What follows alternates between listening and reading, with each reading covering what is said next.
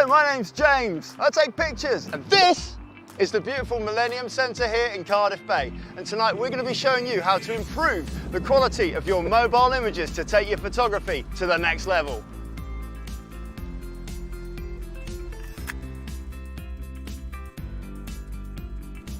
The best camera you have is the one you have with you, and as you know, I love taking pictures on my mobile device. Unfortunately, for low light photography, there are some limitations. I can't connect this phone to a tripod to help stabilise any shots, and it's also sometimes quite fiddly to reach some of those options that are going to give me high quality images, and that's where my Pictar grip comes in. It comes with an external tripod mount that will fit to any tripod, 5 external buttons that make it feel like a real camera, and an integral app with a range of modes, including manual, which is going to be absolutely perfect for this style of photography. Being a photographer is all about making decisions and trying to see things in a way that nobody else does. With regards to the angle that we're going to shoot this building, we have 3 options. We have number 1 from the front like this, or we can shoot underneath like this, or we can shoot it from the side like this. It's a less expected angle and transforms the shape of the building, giving us completely different lines. So we've chosen our angle, and now it's time to set the composition by using this tripod. Remember, we need to use the tripod in low light to help with the stability of the shot.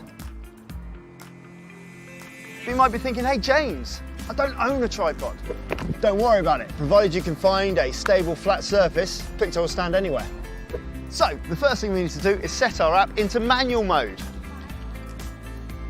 Then we need to set our file format from JPEG into TIFF.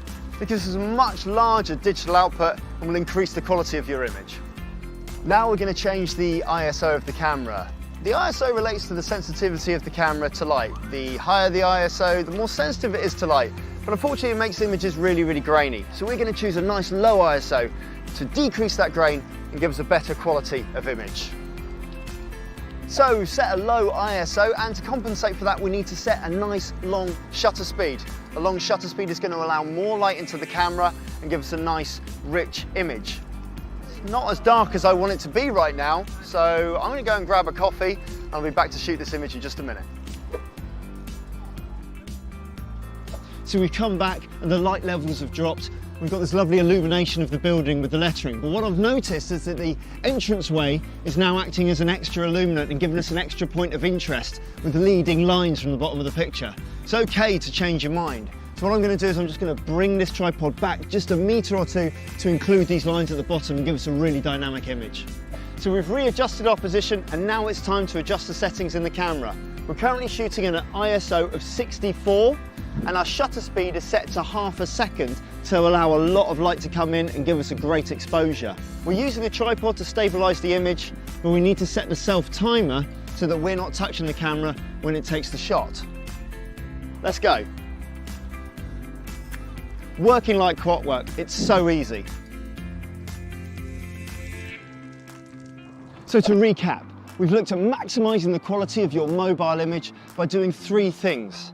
Firstly, we've employed the use of a tripod and a self-timer to steady your camera in low light conditions. We've changed the format from JPEG to TIFF, and we've used the manual mode to control the ISO and the shutter speed. There's really no reason why you can't get out there and take dynamic images. Enjoy.